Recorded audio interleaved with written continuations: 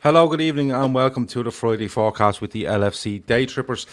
Usually, what we do is we go through all the Premier League football for the weekend, but not this week. This is all about the Merseyside Derby, Everton against Liverpool, 12:30, Goodison Park tomorrow. With me, I'm delighted to be joined by Grizz. Grizz, how are you, my man? I'm good, man. Not too bad. Not too bad. Good stuff. Good. Go It's on. good.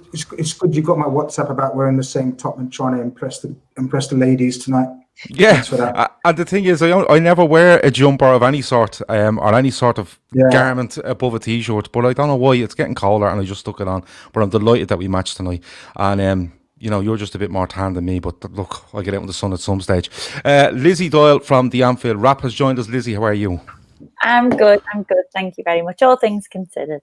All things considered. When Lizzi came on, the first thing I complimented was the background, and she tells me that she gets a lot of compliments about the background and the wallpaper. Liverpool wallpaper, if anyone wants to know, because I have been asked 3 times today. Good stuff. I hope she's on commission. And Everton fan, the one Everton fan amongst all these Liverpool fans, and Sarah Halpin, how are you? I'm not doing too bad. Echo what Lizzi said there, all things considered with how things are in the city of Liverpool right now. But and I apologise that my background's a bit of a state. So if I'd have known Lizzi was going to have such wonderful wallpaper, I'd have made more of an effort. But no, delighted to join you on Derby Eve here. Yeah, she's outdone us all, to be perfectly honest. But listen, we'll just get on with it. I want to start about this season and the start of the season for both clubs, because there's 3 points between both clubs, but the last results, you'd swear Liverpool were bottom and Everton were top the way people are going on. Sarah, I'm going to come to you first. Everton last season, showed signs under Ancelotti of improvement, but there was a lot of frustration there as well as to what players they needed to push forward, and they look like they've done some good business in the summer. Have you been... You've obviously been excited by the start of the season. A little bit surprised, or did you see this coming from the back end of last season? I think I definitely expected to see a massive improvement, given that this was Ancelotti's first time to have a full pre-season with the team, and he's obviously had the what was left over of last season to get to grips with the squad that he'd inherited. But when we brought in, of course, the main 3 signings, which were James Rodriguez, Doucouré and Alan, I think we all started to get a bit excited, especially, James Rodriguez, we're talking about one of the biggest names in football, one of the best midfielders. I think he's still proven that so far in the world, to be honest. And I expected us to be a lot better than we were last season. But I think if someone would have said we'd win 4 out of 4, and, games including Spurs away as well in there, to have scored 12 goals and to be sat top of the table heading into a derby, I think we'd have probably struggled to accept that. But listen, it's 4 games. It's great, but it is only 4 games. So there's a long way to go. But I think what we're so excited about is that we're seeing Everton playing really good football. We're seeing that we've got a manager who's understands the game so well, and you just feel that we go into every game. Obviously, we're going to lose games at some point, but it feels like we're going into every game with the mentality that we're going to win, from the manager, the players, the fans. And it's very strange being a Blue feeling that way, to be honest, but it's great. I know, listen, I no doubt it's great. Like we look at Liverpool over the last couple of seasons and it's been phenomenal. And, like you say something there about it's only 4 games, but if you look at Liverpool last season, they win and they win and they win, and you get on a roll, and it's hard to stop, regardless of what people might think of you, or they'll fall at some stage. It's actually hard to stop if you get going. It's like towards the back end of a season when you look and you say, oh, that team has 7 or 8 games in 20 days. If you're winning games, you don't feel it. That way. So it's been an excellent start. Lizzi, I hate to put this to you, but it has been an excellent start for Everton. And you look, they've identified the players they needed. They've gone and got them. And all right, they beat Tottenham away on the first day of the season, and Tottenham were poor, but Everton won the game, and they've beaten Brighton, Palace, and West Brom since. So they will face harder challenges, but they seem to have an identity about them as to what they're trying to do. Yeah, I think they have completely, but I think it's also really important to remember that you can only play what's in front of you. Like, they're the fixtures that Everton have been given, they've played them and they've won all four. And you can make an argument about like who they have and haven't played. They still have played Spurs, and okay, Spurs were terrible in that first game, but look at Spurs now. Everyone, this is the thing. It's so people are so quick to change their minds and go, you know, Spurs get beat by Everton, we want Mourinho out, and then now all of a sudden they're saying they're challenging for the league. And it's like there's a very short memory with football fans, I think, and Spurs have gone on to have some really good results. So I think Everton have done well. I think Everton are benefiting from not having a crowd. I really do think that. I think especially with someone like Pickford, who I know we're going to come on to talk about, but when you have a player like that, we've had that at Liverpool. We had it with Mignolet, we had it with Karius after. Well, no, we didn't really have it with Karius, to be honest. With Mignolet, we had it with Dejan Lovren mainly. Dejan Lovren was our Pickford, and there's this nervous energy that gathers in the ground every time, like, you know, that player's on the ball or has to do something. And I think that's what Everton has suffered with a couple of, like, in the last couple of seasons with Pickford and a couple of other players. And they're benefiting from not having the pressure, and they've got good footballers. They've sorted the midfield out, which is what they needed to do, to be honest. Like, they had no midfield. And I think Sarah would agree, like that midfield with like Sigurdsson and stuff just was not working at all. They've looked at where they needed to strengthen, not even strengthen, it looked at where they needed to fix, and they fixed it. They've done smart business. They've done really smart business, not that really like sort of shop and trolley business that I felt like they've done the last two seasons where they've spent like 200 odd million for nothing. This has been really clever. It has been, and you know, I'm going to ask all of you how you feel about the respective transfer windows, because the international one closed last week, the domestic one closed today at 5 p.m. A few moves out of Liverpool as it happens, but you know, they have been really, really good on what they've done and intelligent, and not like you said, Lizzie, just throwing money at the likes of a Sigurdsson or whoever it might be, and just hoping that if you spend enough, it'll be worth it. And it hasn't been for them over, I don't know how many years you want to go back, but especially since Mishiri has come in, they seem to have thrown a hell of a lot of money at things, just hoping that that'll work, and it just clearly hasn't happened. This seems like a much better plan. Grizz, when it comes to Everton,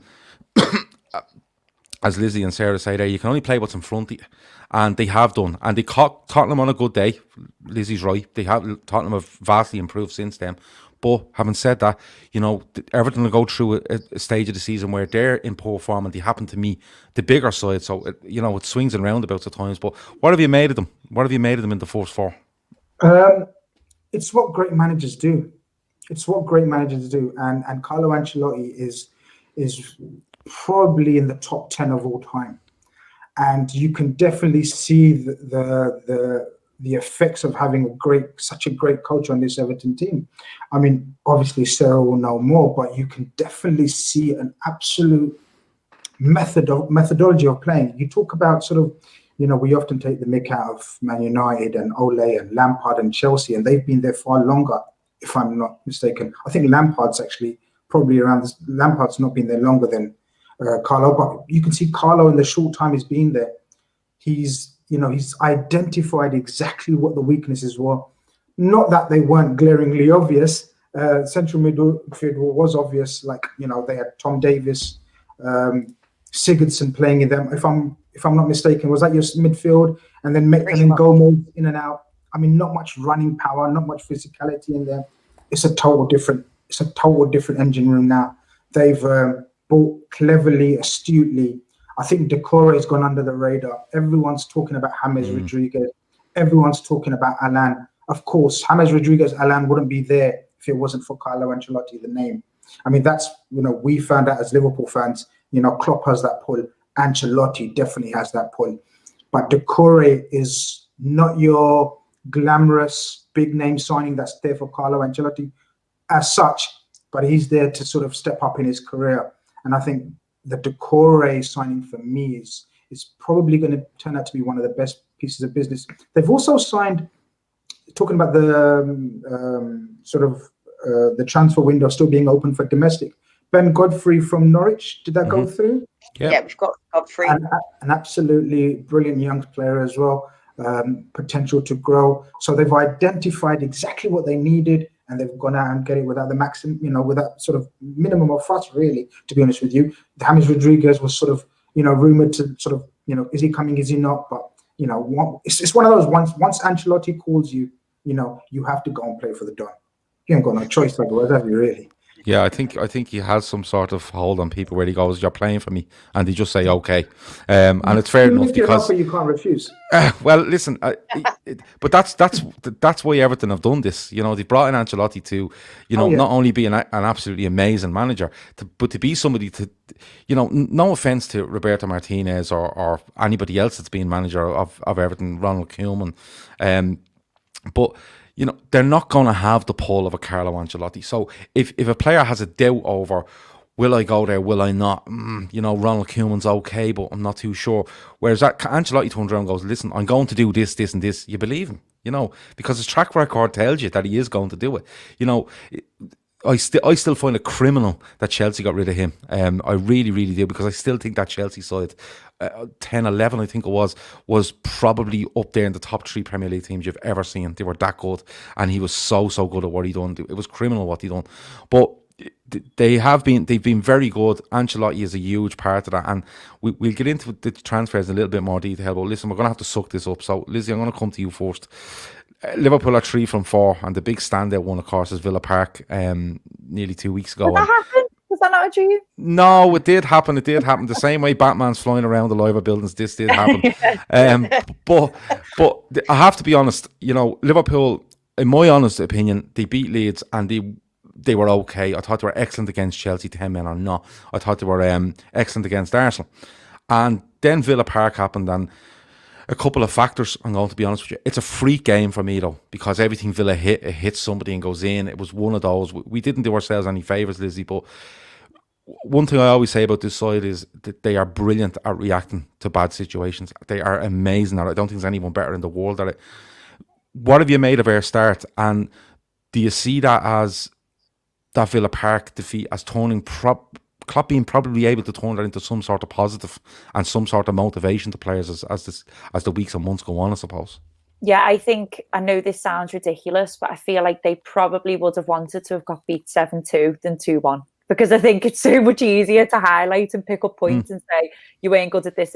Whereas if you play well and get beat in the last minute 2-1, then that's hard to take, isn't it? And it's like almost frustrating. This, you just have to laugh. Like if they weren't laughing on the pitch, then they were doing something wrong at the end of the day. Because once it got to 7, I just thought, I was actually screaming for Jack Grealish's goal to go in without me realising it, because it was just that mad. I've never seen anything like it. But I think, even though I don't know if it'll happen to Liverpool again in that manner, I think those sort of games are what's going to happen this season. I just think all of the elements with the sort of tight season, the no crowds, the coronavirus coming in and isolating players and stuff like this, I think it's going to wreak havoc. I'm not concerned. I'm not concerned about Liverpool at all. I think obviously you've got to be realistic and look at coming into this game. We are gaining quite a bit of a spine back. We're getting Henderson, we're getting Mane back. Obviously Thiago, we've only saw 45 minutes of. It's just the keeper we're missing. And the thing is, even if all those players would have started against Aston Villa, I'm not convinced we would have won that game. I just don't think we wanted it enough. But I think it's very, very, very important that our captain is on the pitch for the derby. And if for some reason he can't make it, then James Milner needs to be there, if not both of them. Honestly, it would not surprise me as a curveball if Jurgen Klopp weirdly plays both of them, because I just think we were lacking that leadership and we were lacking someone to basically say, hold on, this does not happen on my watch. James Milner comes on at like, forgive me, I can't even remember, 5-2, 6-2, something like that. He comes on with about 30 minutes to go. We were clearly battered. We were clearly getting beaten. He's flying into tackles as if like he wanted to win everything, and that's what we lacked. So as long as we get our leadership back on the pitch, we're going to see a completely different Liverpool side tomorrow. I agree. I think it's one of those where I think you're right. I think if it had been a narrow defeat, you would have actually got more questions about Liverpool. Whether, is the motivation there? Like, this was just a free game, and you could question the motivation. You could question their work rate, their shape, their ability to stop Aston Villa, or even identify that this isn't going well and let's just sit in our shell and ride a 20-minute storm and then see where we can get to. But if it's a 2-1, people will go, oh, they're cracking. It was a tight game and they lost it. And, anyone is going to build up anything about Liverpool at this stage. And they've done it about United for years and years. And Arsenal to an extent, Chelsea, Man City, they try pick at the smallest things. But when the gap is 7-2, it's a wide open chasm you can pick at. It's not really... Sorry, Gav. The thing is as well, obviously, we're Premier League champions, and I don't mean that to be like, look at us, but let's be honest, every football fan in the world wants to see the champions fall. Everyone loves an underdog. Why wouldn't you? Like, everyone is going to want us to be beaten, and everyone's going to enjoy watching it. That's part and parcel of being the Premier League champions, and it's really bloody hard to defend your title. There's a reason why City are the only team to have done it since Fergie's United. So we have got a challenge on our hands. Absolutely, and bring it on. And when we do back-to-back titles in May, we won't even be worrying about this conversation. Let's be honest. Sarah, looking at Liverpool for you, you've had to watch Liverpool win multiple trophies over the last couple of seasons, while Everton have struggled. And I don't know many Everton fans that are under this illusion that Liverpool are coming to Goodison tomorrow and they're battered and bruised, and they're more like a wounded animal. Are you a bit more worried at the fact that Liverpool are coming off that defeat, as opposed to Liverpool after winning their first 4 as well, and they're on a high? What way are you looking at this one? I keep looking at it in different ways. I mean, I think the fact that it was a 7-2, we know it was a freak result, a freak game. No Evertonians or no football fans are under any illusions that Liverpool are not a brilliant football team. Do you know what I mean? Liverpool are a great football team. They've not just become terrible at football. It was a bad game, and it was one of them where, like sometimes when you're playing FIFA and it's just a mad one and you can't stop scoring. It was just mad. And I think part of me is thinking, psychologically, are they thinking, well, we've got Adrian behind us and he let in 7 the other day. He's got a howler in him. I know the same could be said for confidence in our keeper at times, but for the defence, are they thinking, they don't trust him? I think what Lizzie says about Milner and Henderson coming in is massive. It's the same with us with players like Seamus Coleman. You need them on the pitch, especially in a derby. You need them to go, this is what it means, and you do not let your head drop. We're Everton, or in your case, Liverpool, and this doesn't happen. And I think if those two coming in, or certainly Henderson coming back in, Mane, Thiago, those are massive pluses. And Liverpool are going to have a massive point to make. And what better opportunity from your point of view than to do that by getting one over on your bitter rivals who are top of the league right now. Liverpool will in past derbies, I think it's been a matter of, Everton, how many are we going to beat them by? And it was horrible because Everton were doing so badly and Liverpool were doing so well that there's not even almost that much in terms of what's going on the pitch that you can say. Whereas now we can kind of go into the derby puffing our chests out a bit and go, we're playing good footy. We've got a boss manager. We're top of the league and it should be a real battle. And Liverpool will be going, we want to beat them more than ever because they are above us right now. And they will, you will be hating that. As much as Reds will say it doesn't bother them. Of course it does. It would be weird if it didn't, I think anyway.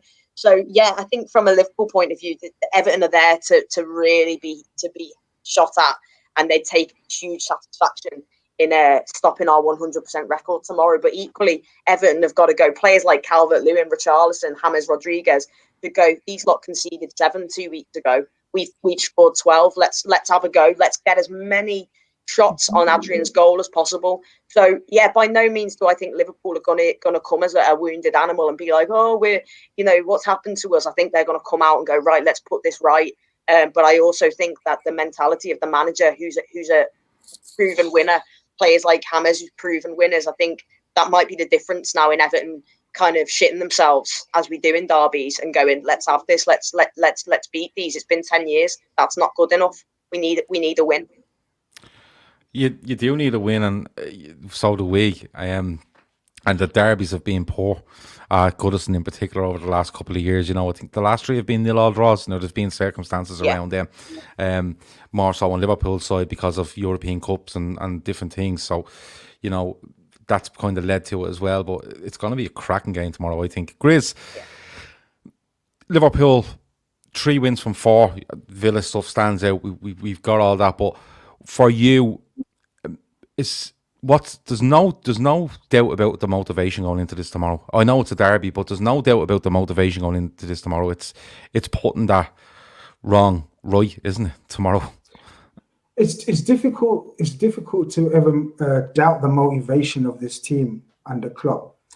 You know, the results and you see the games, sort of the amount of losses, and everything in the last 2 years, and one outstanding stat out of all these is he's never lost 2 games in a row, 2 league games in a row, and that just shows you don't need to prove to anyone else why we call them mentality monsters, because that just shows you that, look, you know, all great teams lose matches. All great teams have one freakish result in them as well. You'd like to think that was our freak result out of the way. How many times did we see the great Man United teams go up to Newcastle, I think once, lose 5-1 or something, and out Southampton they lost quite heavily. Great teams have off days. You'd like to think it was an off day. Why it was so confusing, or sort of how it was out of the blue, was because the previous 2 games were the ones that we were really under pressure. Because after the Leeds sort of game, everyone was saying, have Liverpool got the hunger, have Liverpool got the desire, the energy? And then we absolutely dispatched Chelsea and Arsenal. And then you go into the Villa game and you know it's going to be difficult, but not as difficult as it turned out. Look, motivation-wise, as Sarah said, there's no bigger game for us. Well, Klopp usually says that until the next one. And the next one turns out to be top of the table neighbours. Okay, minus the noisy Goodison crowd, but sort of just the atmosphere on the pitch, just between the players and the coaches, will be absolutely intense. I mean, you're talking 2 great coaches. You know, some claim that Ancelotti has sort of got the number of Klopp. I don't believe in these kind of things, to be honest with you. Different teams, different personnel, but 2 great coaches. Make no bones about it, I think we're under pressure.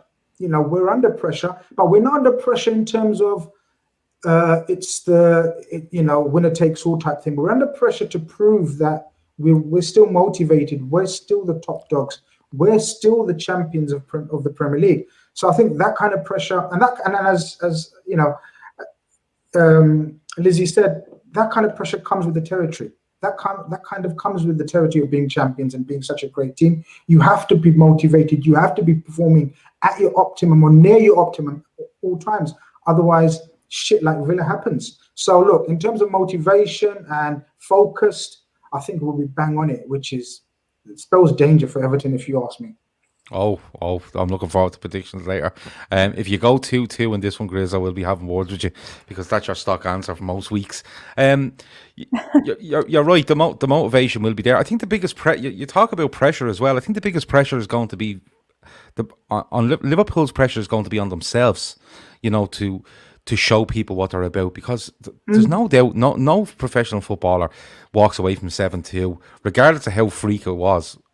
They don't walk away and think, we'll get it the next time. They're going to, like Lizzie was saying, Milner's going to be fuming for 2 weeks, you know, like he's that dedicated. He's going to be fuming. You know, Adrian is going to be fuming. He has to be. You know, Joe Gomez, all the players, bar probably 2 or 3 that were quite decent on the day, are going to absolutely be, you know, dying to get onto that pitch tomorrow to show what they're all about. But again, it has all the ingredients. I know it's a Merseyside derby and they usually have great ingredients, but this one just feels that little bit different for me. Moving on, and Lizzie, I'll come to you first. There's been a lot made about Adrian. Okay, and this is not just because of 2 weeks ago at Villa Park. This is, you know, the stint he had in the team last season, i.e. Atletico Madrid being a big one. You know, even in the 8 or 9 games he was in at the start of last season, there was a couple of howlers in there and a couple of close moments as well. You know, is it a case of, could it be a game of 2 goalkeepers, Lizzie? Because although Adrian's at one end of the pitch for us, Jordan Pickford's at the other end for them, and I think he's as shaky as Adrian, genuinely. I think keepers especially, like, their position is so reliant on the confidence, and I think Pickford's is in the bin. And I I think he's really struggled. Like, I know we've mocked him because of some of his mistakes last season, but this season, I just feel like the lad's head's gone. And like, it was a big move to bring in the other keeper, who I don't really know. Is his name Olsen? Olsen, yeah. And to be honest, I don't know an awful lot about him either, Lizzie. Yeah. Probably a lot of people don't, but I don't think that the intention of bringing him in was to make him number one. I think it's to get Pickford to have a rocket up his arse, basically. Yeah, but I think you're absolutely right that it could be a tale of two goalkeepers. But what I will say on Adrian is, the Adrian who had the run last season when Alisson first got injured after the first game of the season, how many games did we lose with him in goal? Not one single game. So you cannot put everything on that keeper. He had a terrible mistake. And you could say, oh, he set a precedent and stuff like that. But at the end of the day, the team played a high line. Don't play a high line if you don't believe in your keeper. If your keeper's not as good as the one, Adrian's living up to the best keeper in the world at the minute. Like, we've got Alisson, who I don't think many people would argue is the best in the world. And we play football to accommodate that keeper. Adrian is not as good. And the people that were kicking off about the Atletico game, I felt like saying, well, he was never meant to play. He's not up to the standard to play in an Atletico last 16. He's not meant to be there. It just so happened that Alisson had another injury and he had to come in. The FA Cup, I think you have to be right and slaughter him for that. The Chelsea one where we went out, because that was his competition. But he should never have played in that Atletico game, really. He's not. I was this close to running on that Chelsea game. I was this close to running on the pitch. Honestly, that's the game.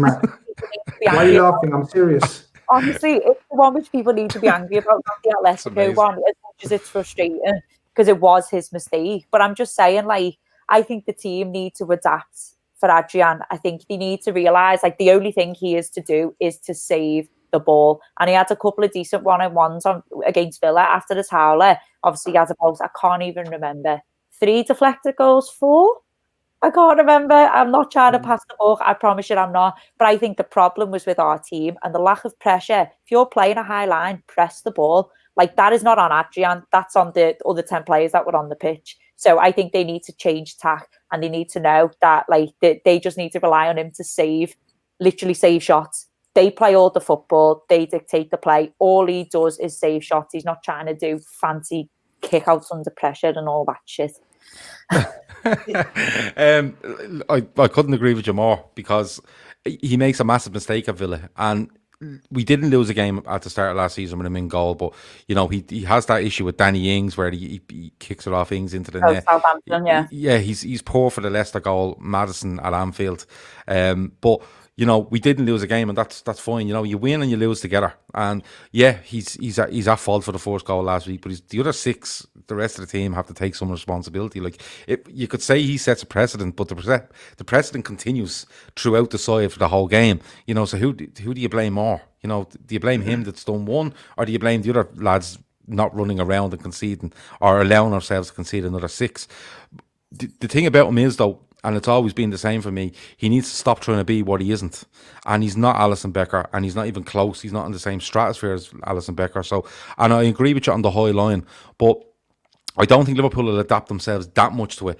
What they may do is they may adapt the approach that if it has to go back to him, we may need to drop a little bit, because we're going to instruct them just to kick it as far as he can, and let's play the game. Let's play a game of second ball, and if you win the second ball, it gives us a right to play.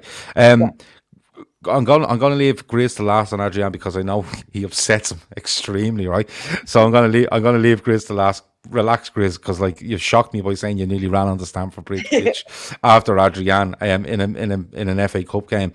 But Sarah, Jordan Pickford, and somebody in the chat says there that there's no way that Jordan Pickford is as bad as Adrian. That's not what I said. What I said was one feels rocky in Adrian, and it's being made a lot of. The other one, I would argue, is equally as rocky. I'm not talent wise, but I just think the way Jordan Pickford tries to be a goalkeeper, again, I think he's trying to be something that he's not. I think, and Lizzie mentioned it there as well. Also, I think it's a lot of it is psychological. I loved the way you summed it up, Lizzie, with his confidence is in the bin, because I think that summed it up perfectly. And you've got, as you quite rightly said as well, Gav, it could well prove to be the tale of the two keepers at either end. I hope that's not the case. I hope it's a derby where we see brilliant football from both sides, and it's one to remember. But they're both very publicly at the moment as well being talked about and being scrutinised. And I think that for your confidence, that's not really going to do you any good. Obviously, Pickford was away with England as well. Didn't play the first two, I don't think. He played the more recent game and they lost that one. I think he maybe was a little bit erratic in that as well at times. And that's the thing with Pickford. Don't get me wrong, when he gets his distribution right, it's brilliant, and he can play some lovely stuff in that sense. He's a great shot stopper. Instinctively, I think when he's got no time to think, he's a good goalkeeper. But his decision making, whether he comes out when he shouldn't, he hesitates when he needs to come out, and I think he's somebody that is very much impacted by how he's feeling in his mentality. What I will say, and Lizzie said the point as well about this Olsen, the Swedish international keeper coming in. I agree in that. I think he's come in as a little bit of a, breathe down your neck. Look, we back you, but your place isn't necessarily guaranteed. And I think maybe you needed that.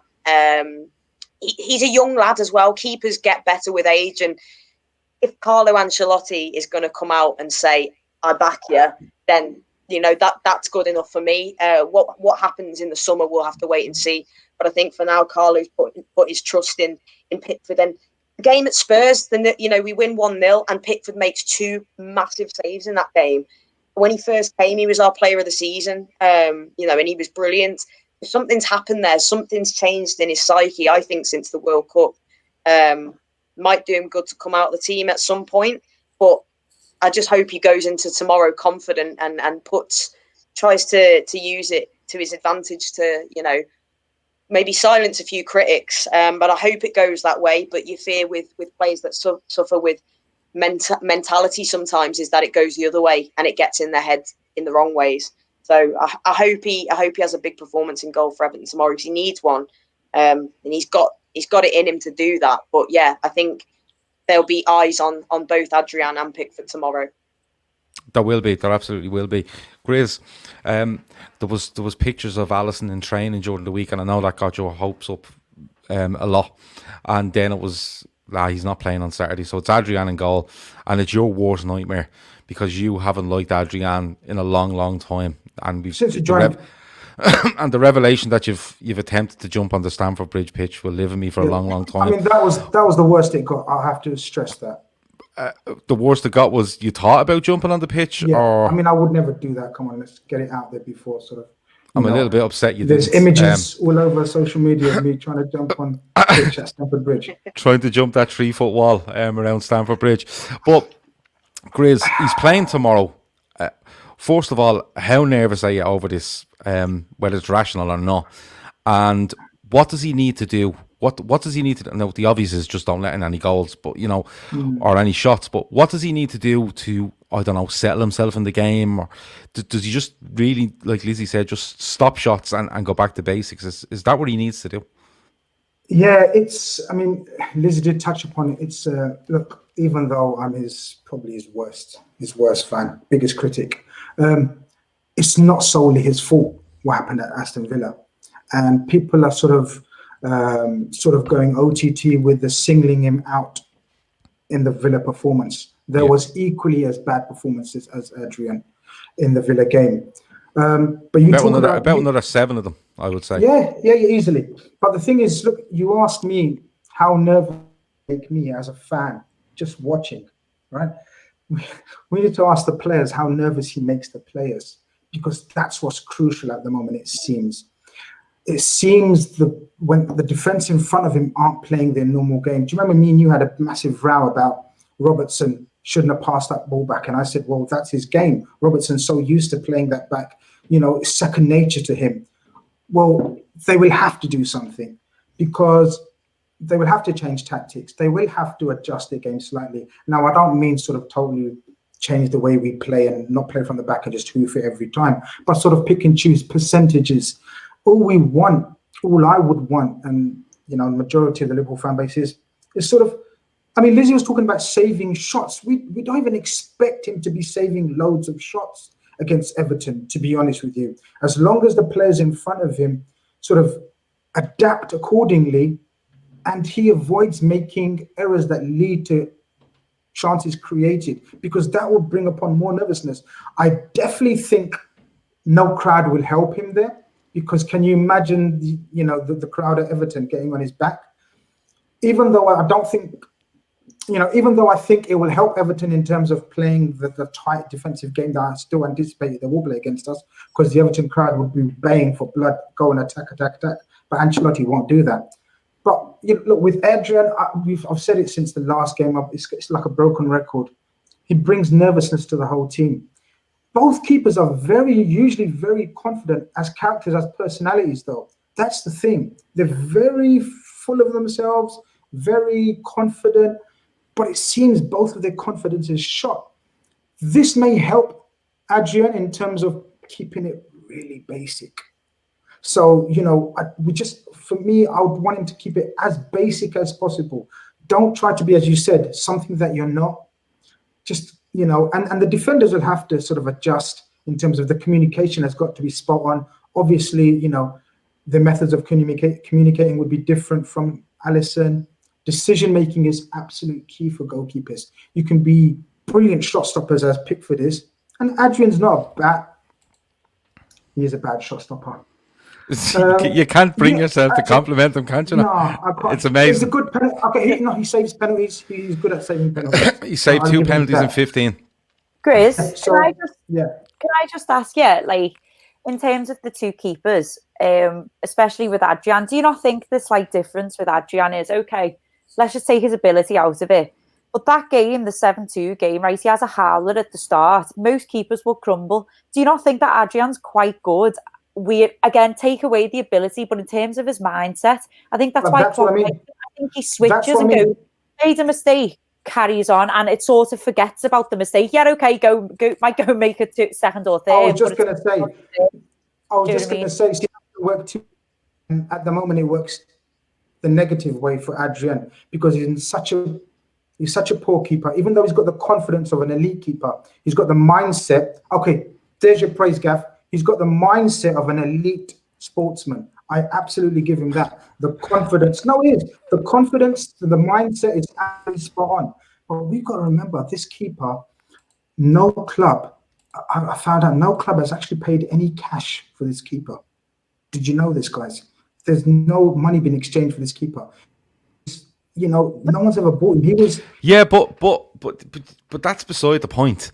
Because let's be honest about it. Like, people have said, "Oh, he was West Ham's second goalkeeper." Yeah, fine. He's Liverpool's second goalkeeper. But hold on. A second goalkeeper is there, right? You look at Steve Harper at Newcastle United. Okay, played for years and years and years behind Shay Given and whoever else was in goal for Newcastle, and came on the odd game, maybe got a run if Given was injured, or not even, Given was never injured. It might have been more of a suspension that you'd find Steve Harper and go. But Steve Harper comes along and, does okay for Newcastle.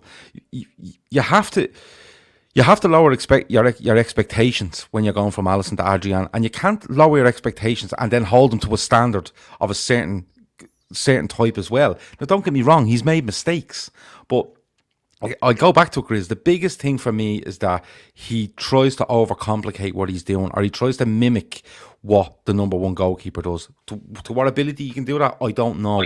But usually when he tries to mimic it, it doesn't work. And my whole thing about this is, if you have a problem there, you by all means pass it back to him. But don't be going looking for it back off him. And don't be making angles for him. And don't put him in a situation where he has to make that decision. Make the decision for him where you kick the ball back to him, and instead of dropping 25 yards to the sides of the box, just stay where you are and say, listen, I'm not coming back for this. You need to kick that ball up there, because I'm not looking for it. And that rules out the vast majority of the problems you have with Adrian. It rules out vast majority, but there's still enough there to make me nervous, even if you rule that out. This is my point. With regards to sort of how we play and how he tries to be like Alisson, well, that's, as I said, he's such a strong-minded, positive guy, right, that he believes he can be that. There was a quote where I read where he said, there's not much in between us. Someone said, oh, what's it like playing behind Alisson, the best keeper in the world? And he said, well, there's not much between us. It's great to have competition. A big club, fair play, no problem, the right mentality. But you got to prove it on the pitch as well. And in terms of sort of you saying that he plays like Alisson and he wants to play like Alisson, and sort of none of the strategy of the team changes when the keepers are changed. Well, this is what Klopp and his coaches will have to think about to see if there is a possible change, slight change. Maybe drop the line a bit deeper, maybe less back passes, or as you say, don't look for the pass back, sort of, getting a 1-2 off him. So these little things will make me nervous, and it's not even that. I just don't want to sound like a broken record, but his decision making, his positional play. How many times have we seen him edge towards more than one side of the goal? To me, it's amateur stuff. This is keeping you up at night. Genuinely, this is keeping you up at night. I think if this football team has done so well in terms of its business, in terms of transfer windows, and we had that time where we only signed Harvey Elliott in that window and all stuff like that. Mignolet goes, they bring Adrian in. I just think if there was a better option for number 2, they would be out there getting them, because, like you say, he was on a free. So it's like, I think with the number 2 keeper, people get in over the heads, and you can argue about the bigger picture of number 2 keepers and why they aren't more important and why you don't get a better quality. But look across the league, like even with Everton, I'm not being funny, but that keeper has been brought in to challenge Pickford not to be a number 2. I think it's only Man United who've got the luxury of bringing Dean Henderson back from Sheffield, but again, that's the challenge for David De Gea. I think they've got a decent second choice in Romero, but other than that, you go down the leagues, second choice keepers. Couldn't name half of them. You're not going to get, because it's not a rotating position. You're not going to get someone who's happy to sit on the bench of a decent quality and of a youngish age who's not. No, I accept all that. Like, you're not going to get a team. And I think he likes his mentality, which is what Klopp needs first and foremost, is do they fit with the team and my mentality? Yes. Does he see qualities in him, which adapts to his game? Yes. He knows about his mistakes. I think he literally outweighs the negatives with the positives. And like I say, look at that run of games he has. Yeah, he made mistakes. Yeah, he leaked goals. But our team made up for that. And we got the 3 points, which is what matters. It's very rare that a league comes down to goal difference at the end of the day. It's it's one that's going to rumble on until Alisson comes back, and you can be against Adrian in the extreme or for him in the extreme or somewhere in the middle, but at the end of the day, that's the situation you're in. He's one of those where he is second choice. Could we do better? Probably, maybe. There's always options out there, but if you look at it, he had a run of games before Christmas last season, and Liverpool had a chance to look at him, and they stuck with him during that transfer window. They could have done something. He had Atletico Madrid and a couple of other games in the second half of the season, and they stuck with him in the summer. And then, even with the window still open and Aston Villa has happened, they've stuck with him. So there has to be something there where he fits the squad, the mentality, his position in the squad. He accepts himself, because sometimes it's hard for keepers to accept that they are second choice and they want to play more football. So it's one that'll rumble on. But listen, Alisson apparently has made great strides in injury, so he could be back sooner rather than later in this, and Adrian will go back to being second choice at Liverpool. I want you all to pick who you feel could be the key player tomorrow before we get on to lineups and predictions. And Sarah, I'll come to you first. Who do you feel may be the key player for Everton in this derby tomorrow? I'll just have to apologise in a second as well. My telly's come back on, so if you've got any background noise, I'm going to slink off in a second and pause that. Just say, if you want to go and watch Gogglebox, it's fine. Yeah. I think it might even be Sky or something like that, but made me jump before the sound come back on, so apologies on that. I'll sort to that in a minute. But the question, I'm going to do it. Yeah, for me, I think someone mentioned Decore earlier, Grizz. I think you mentioned Decore and how he could be the key man for Everton. I think the intensity and the amount of ground that man covers could be really important for us tomorrow. The same with Alan.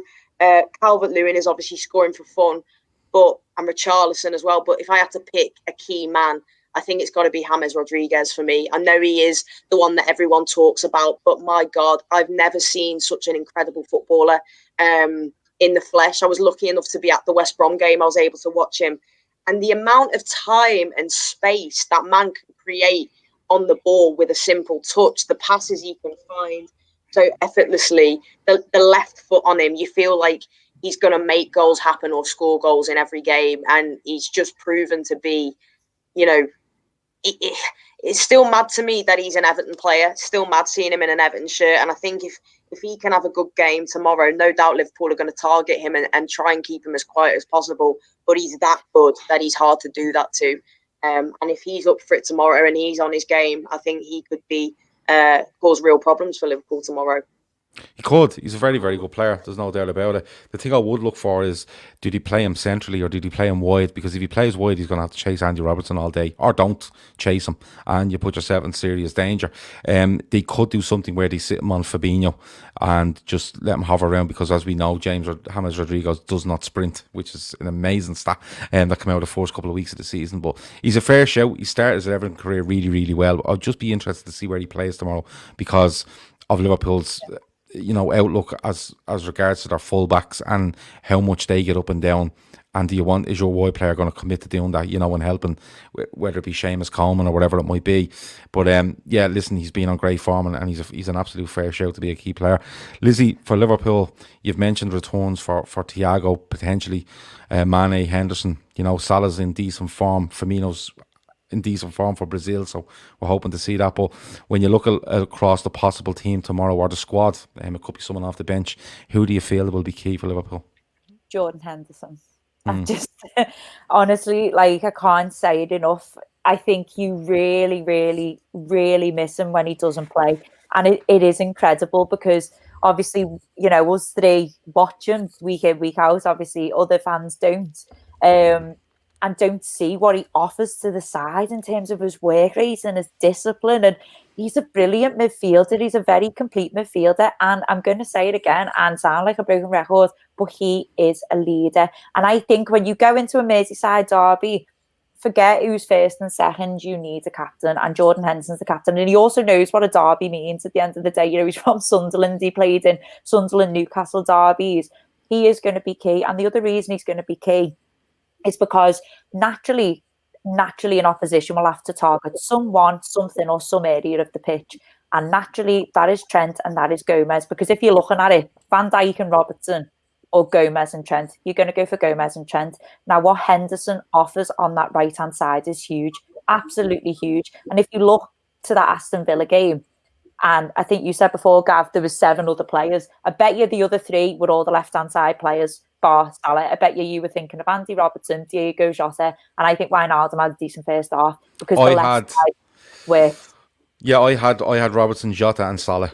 That's who I had as the decent. Right-hand side is covered by Henderson's work rate, his effort and work rate to help cover Trent, and that's no slight against Trent. This whole team works as one. If you take out one, they work as cogs. They all work together. It's not saying Trent's a bad defender or Gomez is. You're just taking out someone so important that Naby Keita just cannot follow the job that Jordan Henderson does. So that's my shout. Grizz, I think Jordan Henderson's a very fair shout, and as you know, I'm always bashing that drum for Jordan Henderson because of he allows Salah to cheat at football. In my opinion, he helps out Trent and allows him to go forward, and he keeps the shape of the midfield with Fabinho and whether it be Wijnaldum or whatever else, he is integral to what we do in that functioning midfield, as people like to call it. But are you going to go with Henderson or are you going to go with somebody else, Chris? Look, Henderson, what Lizzie said is absolutely spot on about Henderson. There's nothing more to be said. I mean, it shows how much the national team missed Henderson, every time he doesn't appear for them, and definitely for Liverpool. But I'm going to go with Sadio Mane, the returning of Sadio Mane for this game. I think he's going to be nice and fresh, a nice extended break, 2 weeks. I think he'll be developed off, something like that. Been at Millwall all week. Absolutely fired up. He's just won the Player of the Month award as well, the LFC Player of the Month award as well. And it's difficult to pin down one sort of big match player for us because we've got big match players all around the team, all around the pitch. But this kid he's sensational in my opinion. Lionheart, absolute Lionheart. And games like this, he knows. He's always smiling, and you see this demeanor around him, the way he's all, it's everything so fun for him, and that's the beauty of it, because behind that smile is an absolute inner desire that's unrivaled. The amount of effort, you talk about Henderson's work rate, and covering for Salah. Well, Robertson has the luxury and the pleasure of having Mane on his side, because Mane is an absolute workhorse. When you see Mane's stats in terms of his running power backwards and forwards, it's out of this world. I think his battle against Seamus Coleman will be absolute key, because I rate Coleman as well, and he's been in brilliant form as well. But I think Mane returning to this side and giving it the boost, because Henderson is very vocal. He's a leader. He's very vocal, and he's always animated, and you can see it. Whereas Sadio Mane is an absolute leader, but he does it in terms of playing and lifting the team. If we need a dribble, if we need a man to run 20, 30 yards with the ball, get us pressure on, he's the man we go to usually. Give the ball to Sadio and he hug that touchline or come in. He's my favourite player, as you know, Gav. And so it's unfair for me not to pick him out as a danger man in this game for us. I'm not going to pick a specific player. I'm just going to say the key player for us tomorrow is whoever plays beside Virgil van Dijk. I think it's another huge decision that has to be made tomorrow. Joe Gomez has not been in the best of form this season. He was exquisite against Arsenal. Fabinho was flawless against Chelsea. And there's talk of Joe Matip as well being back available. I think whoever plays there tomorrow needs to play well, simply because it is an area that opposition fans target, rightly or wrongly, but you're not going to go near Virgil and Andy Robbo 9 times out of 10. You're just not, because they're just two brilliant players in their own right. But as a duo, they're absolutely excellent. The other side is probably the more open one for you to exploit, and you may see the likes of Richarlison, James Rodriguez try to get in around that, Calvert-Lewin to pull off to that side as well, because I always find that Trent is further forward than Robertson. Robertson likes to come from a bit deeper, and then that right side of centre half, it's just a case of form and being on form. And if you're on form, great. And if they're off form, it just seems to be that one little bit that you can get at. So regardless of who plays there tomorrow, I think if they play well, I think Liverpool will have I don't think Liverpool lose the game. Not a chance they lose the game if the centre half who plays beside Virgil van Dijk plays well. That's just my opinion. Let's get on to some lineup predictions. Sarah, I'm going to come to you. Give us your Everton 11 for tomorrow. I think it's got to be Pickford, Seamus Coleman right back, Mina, hopefully he should be fit, Michael Keane, Luca Dean, who could be a really important player for us tomorrow as well. I think you go Andre Gomez, Alan come back in. Then we go Decore, James Rodriguez, Richarlison, Dominic Calvert-Lewin. Is that 11? Have I gone through them all? I think. Yeah. I don't know. I'll go and have one more. One more. Have we? Who have I gone through here? Now, I don't know. You got distracted by Hollyoaks, the box set you have on at the telly there. I actually wrote my team down for that very reason. Yeah. So here we go. We've got Pickford, Coleman, Dean, Michael Keane, Mina, Alan, Andre Gomez, Decore. Yeah, Decore. I thought I said Decore. James. You did. Yeah, James, Dominic Calvert-Lewin, Richarlison, and then we've also got players in there like Anthony Gordon is somebody who I'd really like to see at some point in the derby tomorrow. That's my little one to watch as well. Scouser, blue, top quality player. We've not seen anything like enough of him, I don't think. So I think we'll go basically with the team that we've started when all fully fit, starting 11 that we've gone with before Alan and others were unavailable in the last time out. But we still managed to get the 4-2 win against Brighton. So reverting back to that preferred starting 11, I think that's what we'll see. The blend of Coleman in there as well. Alan, who's going to be really key for us tomorrow in protecting that back four. He's done that so well. I just hope he doesn't get a red card, because I think he's a bit of a nutter. And I think probably fans not being there will help Alan tomorrow, because I think he's one of them that could get G'd up and just fly in and snap someone in the first 2 minutes. So yeah, that's my starting 11 anyway for you. Good stuff. LFC Aaron says, great chat, guys. I'm so nervous for tomorrow. Really hard to call. Lizzie, kill the nervousness here. Give us your first 11 for Liverpool.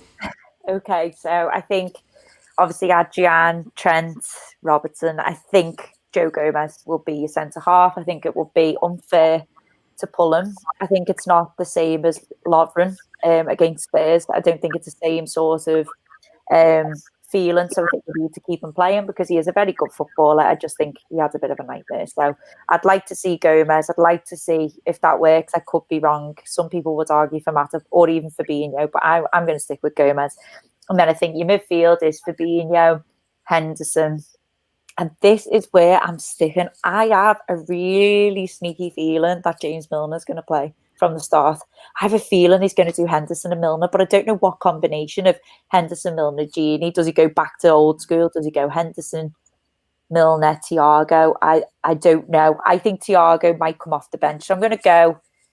Do I go with my course? No, I'm going to go Fabinho, Henderson, and Gini, and then I'm going to go with the front three. And funnily enough, our front three has never played against Everton. Never started a game, yeah. Sorry, never started. So, I mean, people are calling for Firmino and all that because he had a terrible game against Villa, but who didn't? And I just think you don't pull Firmino. Like, you do not pull Firmino.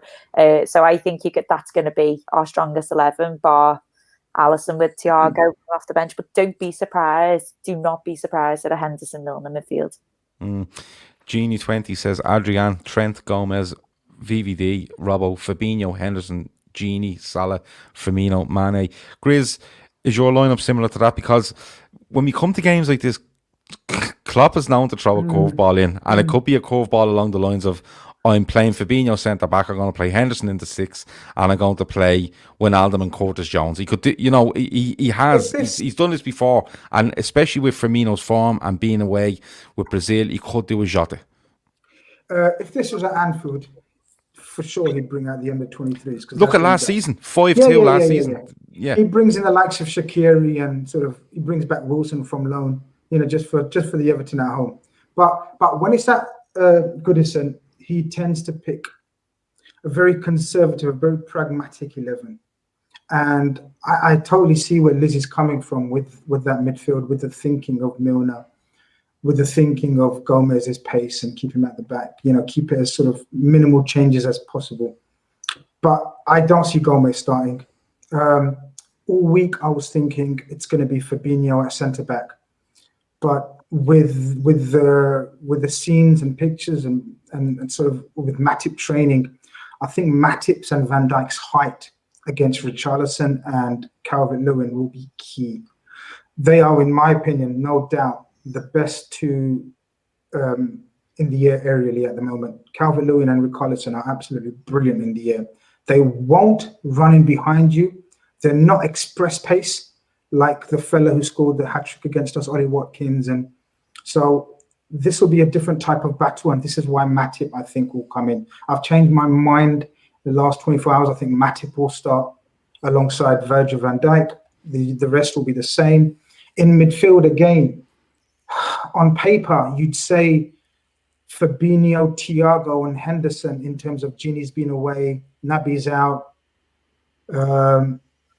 But then how do you play Fabinho, Gini, and Fabinho, Thiago, and Hendo in a 3? Do you know what I mean? Who sits? Thiago's number 6. Henderson's Fabinho. the Well, yeah, but where do you play Thiago? You play the two with them further back with Henderson further forward. But this is my point. That's what he would play, but that's going against what he's played recently in terms of he very rarely goes 4-2-3-1. So this is the dilemma I had in my head. So as a result, I think Thiago most certainly starts because this is the kind of game he was brought in for. Okay. He's played at every single derby in the world. He's played at the most prestigious games. He's played in all sorts of atmospheres. I don't know if he's played at empty Goodison. I nearly said Woodison there. Oh my God, Sarah, so disrespectful. Sorry, so sorry. I know I forgot you was there. He's not sorry. He's not sorry at all. No, I genuinely am. Genuinely am. So look, Thiago will be on the team sheet. I'm 100% certain. Who goes alongside him? Henderson's an absolute certain as well. I have got a feeling for Milner. Lizzie is absolutely right. This is tailor-made for international break. Milner coming back, being at the training ground all week while everyone else has been traveling around the world. Gini's played all 3 games during the break. it's Milner, Fabinho. I'm going to go with Fabinho. So I'm going to go with Fabinho, Thiago, and Henderson. And again, Bobby and Jota. You weigh it up, but you think, yeah, you got to. You've all forgotten Minamino as well. Well, Minamino, I don't think he's got in contention to start, even though he's been playing brilliantly every time he has appeared. The thing is, do we change up the system and sort of play Salah through the middle or Mane through the middle and then bring in Jota on the left? I don't think, my opinions on Jota and being a like for Bobby, so I don't think that will happen. I think he may just go with Bobby one more time, just to give him this game. And Bobby scores a lot of away goals and crucial away goals in big games. So I think he's going to go with the front three as they are. And then Matip in for next to VVD, and then Henderson back in midfield alongside Thiago and Fabinho. Feels very unfair to Divock Origi this, by the way. Listen, he'll turn up at some stage. Oh, yeah. He'll show up at some stage. Jesus, I've listened to both your 11s now and I don't know where to go with it, because I was Fabinho all week as well. I'm not for Matip. No, he hasn't played football.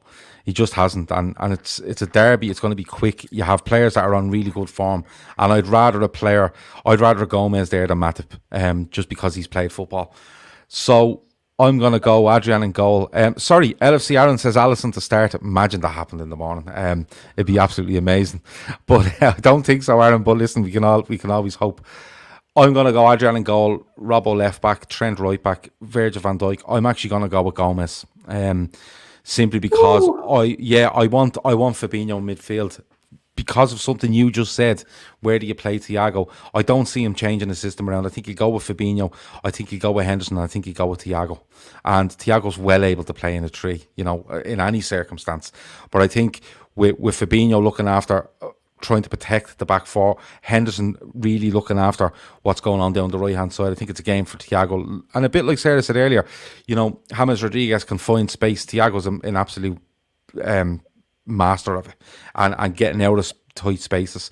So I'm going to go with them three. I'm going to go with the normal front three because I think Firmino will be very important in sitting on Alan for a certain part of the game where he gets, where Firmino does this thing where he drops onto their deepest line midfielder or tries to pick it off and from side to side. So I think Firmino is going to be very, very important in that. So yeah, the normal front three, as we would call it. There's just loads on the bench for Liverpool, though. There's loads there, Milner's your fourth sub. Whether you're winning and you need to protect something, Milner. If you're losing and you need to push something forward and need someone dependable to hold the fort, it's Milner. He's fourth sub for me. But you have got Minamino, you have got Jota, Origi maybe on the bench as well. You'll have a Wijnaldum there as well. There's just so much there for Liverpool. That's what the squad is all about. But for me, that's probably the starting 11, and I just hope Joe Gomez comes and shows what Joe Gomez is all about, because as I said, if he does, Liverpool win the game, in my opinion. So we've done the lineups, we've done the key players, we've done the goal, we've done everything, and we have to go because Lizzie's mother wants to go to bed and she's going to interrupt things if we don't get off here, or she'll end up being on the podcast, which is absolutely fine with us, by the way. Come on, Rob. So we're just waiting for it to arrive to give her starting 11. But if it doesn't happen, should we try it next time? Score predictions. Sarah, I'm going to come to you first. Everton v Liverpool, the derby tomorrow. Score prediction, please. Oh, and the rule is you need to give scorers. I was gonna try and slide out of that then, Gav. To be honest with you, if I want to give my honest opinion, I do think I'm sure I'll probably change it about 12 o'clock tomorrow. I'll probably be rocking in a corner somewhere, but I'm going to go 3-1 Everton. I'm going to be confident. Okay. Fair play, Sarah. Scorers for Everton? Scorers, Richarlison, Calvert-Lewin has to score because every time he plays, he scores at the moment. And I'm giving you all of these things here now. The Corey with the screamer as well. Just throw that one in. If this happens, by the way, I tell you.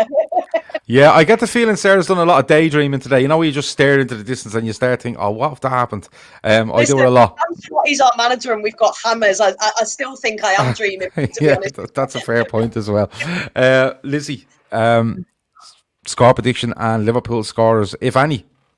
Okay. I don't think, I could be wrong, I just don't think it's going to be as free-flowing as we think. I'm going to go 2-1 Liverpool. It's still a Goodison derby. I could be wrong. 2-1 Liverpool. Scorers Calvert-Lewin. And it might be, I think, first half, fairly early. The scorers for Liverpool will give first goal to Mane. Second will be Salah's 100th goal for Liverpool. Oh, no. He's on 99. Yeah, he's on 99 from What a game to get 100. 99 from 157. That man is. He hasn't gone an international break. He got battered 7-2, scored 2 goals, and he wants his 100th goal. So Sarah, tell Luca Dean to, you know, I don't know, put some like knee pads and arm pads and all that on, or I don't know, just not turn up. I'm not sleeping now, Lizzie. Nice one. Yeah. Diakari's going to have to score 2 screamers now with the looks of it. Grizz, scores, prediction, and Liverpool scorers, please. Yeah, I was adamant it's going to be 2-1 to Liverpool. But it's Adrian in goal, so I'm going to go 2-2, isn't he? Of course he is. Yeah. He fucking does it every week. So I'm going to go 2-2 tomorrow. I think it's going to be a total opposite of what we're used to at Goodison in terms of tightening affairs. I think it's too early in the season. When I say too early in the season, I mean it's a nice time in the season where I think both managers will be looking for their own type of responses. I think Everton will want to sort of carry on this momentum. I think we're definitely due a performance at Goodison. That's why I think it's going to be a fantastic humdinger of a game. I really do. But yeah, I was 2-1 all week until we had this conversation about Adrian again. So 2-2. Goal scorers. Yeah. Goal scorers for them, I think Richarlison and James with a deflected free kick. And I think for us, Salah to get the 100th. And I think Bobby, after all the criticism and scrutiny, I think Bobby. I'm going 2-1 to Liverpool. I said it in our WhatsApp group earlier on. I think 2-1 to Liverpool. I don't care who scores for Everton. It's immaterial to me. So Liverpool scorers, I'm going to go with Trent. And I'm going to go with Trent because Alan is, to me, he's a 20-yard merchant. So he just passed the 20 yards in any direction. I think he is rash. And this is not just because he plays for Everton. I've seen him play for Napoli. I think he is quite rash in the tackle, and he can get wound up. And there's nobody better to wind you up than Firmino annoying you all day, and Sadio Mane floating around, and you're going, why is he there? And now he's over there, and you know, Mane is so hard to track. I think Alan gives a free kick away, and I think Trent scores. So there's my daydream from today, Sarah, to match your Diakari screamer. And the winning goal will be scored by Thiago. I think Thiago gets one. Yeah, I think it's made for him. I think it's made for Thiago. So if you want to go down and put a bet on Thiago anytime, or Thiago the last goal in this game, go ahead and look. I'm not giving you the money back if it loses, but Trent and Thiago 2-1 to Liverpool. It's been a brilliant show, I have to say. But before we go, Lizzie, is there anything you'd like to tell us before you go? Plug anything if you've anything coming up for the Anfield Wrap. Yeah, so probably the main thing for me to do, especially for the people who are watching who aren't from Liverpool, is, you know, it's no secret that the city is going through an extremely hard time at the moment. We've been put into tier 3, and we've got some incredible measures put on the city. That's one for another day, but it's really hard for Liverpool at the moment, with pubs and bars being forced to close, gyms now being forced to close, and obviously eating in, you're only allowed to do with your own household, and the curfew. So we've struggled for a long time, but now we're, you know, our businesses and our charities especially are really struggling. So the Anfield Wrap has set up a bit of a directory, really. That's all. We were just trying to do our bit. So if you could head to the anfieldwrap.com/ support the city, there's a directory of food banks for the whole city region, not just Liverpool. So Knowsley, Sefton, Whittle, they're all the places that are affected.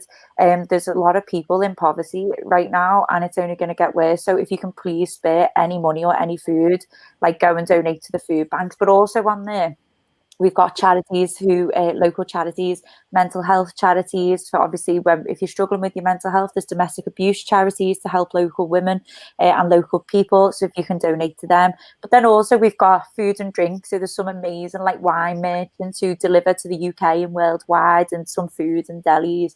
And we've also got like some local shops, people who make like gorgeous homemade candles, just artists, you name it. Like, we just want to support the city, and I think if we can get the message out there to say we've got some really amazing people and amazing businesses, if the hashtag, the slogan is, if you support the team, support the city. Like, it's really important. And I know it's hard times, I know people are hard for money, but even if you could just tweet it, if you could just share it, just please help as much as you can.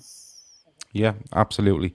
And as soon as we get off this broadcast, I'll make sure that all our accounts across social media share it, and they probably already have, but I'll make sure if they haven't that they do. Sarah, for you. Sorry, I was going to say I absolutely echo completely the sentiments of what Lizzie said there. Fans supporting food banks, fantastic. Mental health charities, everything Everton in the community are trying to do with People's Project, which I feel now is more important than ever. Being in Liverpool right now, we are suffering. We are struggling, and a lot worse than probably myself and Lizzie. I think it's safe to say there's people who can't eat at the moment. Yeah. Which is exactly why we're doing all these things. And the Blue Room as well, who I do a lot of work with, I know they're doing stuff on their flagship show every week. Trying to get people, it doesn't matter if you're red or blue, whatever, if you're from this city and you want to get on to talk about what you're doing and again, kind of directory kind of stuff, then get on the Blue Room and do check that out. As I said, it's not to do with colour on this one, it's to do with supporting people of this city. And let's all pull together and get through this difficult time stronger than before. You don't mess with Liverpool as a city. Sad tomorrow, but it's have some perspective of what's going on in the world. It is only football. Don't knock Everton fans for having a laugh and being happy about being top of the league. Like, have some perspective and enjoy the footy. Do you know what I mean? Absolutely. Listen, we're at the end, but I have to say, and Grizz will echo this as well, two amazing guests with us tonight. The chat has just been full of compliments for Lizzie and Sarah on the, and quite rightfully so. They've been absolutely excellent for me, but then I realised, no, some of it was for you, but you let yourself down by invading the Stamford Bridge pitch. So people got a little bit upset by that. LFC Aaron says Sarah is class, hate Everton, but they've a decent team currently, unfortunately. But look, it's been go on. Sorry, Grizz. I was just saying, nice one for that, Aaron. Appreciate that, mates. Yeah, no worries at all, no worries. Listen, it's been a brilliant show. Everyone look forward to the Merseyside Derby tomorrow. Hopefully it's a cracker. Some of us in here want the Reds to win. One of us definitely wants the Blues to win. But listen, either way, very important messages from Sarah and from Lizzie at the end of the show there. So if you're on social media, go and find the Anfield Wrap and you'll see exactly what they're trying to do. Share it across your social media. I'm sure it's across their, it's most definitely across their Twitter. It'll be across their Facebook and stuff like that. So if you can find it and share it onto your timeline, absolutely fine. As Sarah said, the city is, I didn't want to get too much into this, but it's been polarised, I suppose is probably the word. When you look at the northwest of England and what's going on in parts of the northwest of England, and then when you see what's going on in Liverpool, they're being treated slightly differently, and slightly is probably not the right word for it, but they're being treated differently to the rest of the northwest in certain circumstances. Lizzie was telling me before we come on how Lancashire is in tier 3, but gyms stay open in certain parts, but not in Liverpool and stuff like that. So they've every right to be upset by this, but as I said, if you can help out in any way, absolutely do so. The food banks are very important. It's something that we've even supported from Ireland. We've supported the food banks that work so hard around Goodison Park and Anfield before and after games. So if you have the chance or the opportunity to help out in any way, absolutely do so. It's been absolutely brilliant. I've enjoyed it from start to finish, I have to be honest with you. Lizzie, thanks a million for joining us. Thanks very much. Good stuff. Sarah, thanks a million. My pleasure. Really enjoyed it, guys. Thank you. Grizz, stay off the pitches, man. Nice one. Thanks very much, guys, for coming on. It's been a brilliant show. And especially at the end, the messages sort of some things are more important than football.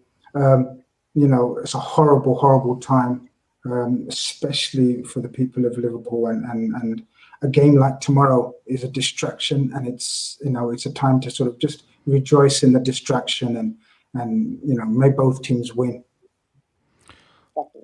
I don't think that can happen, Grizz, but I see 2-2. We are all winners.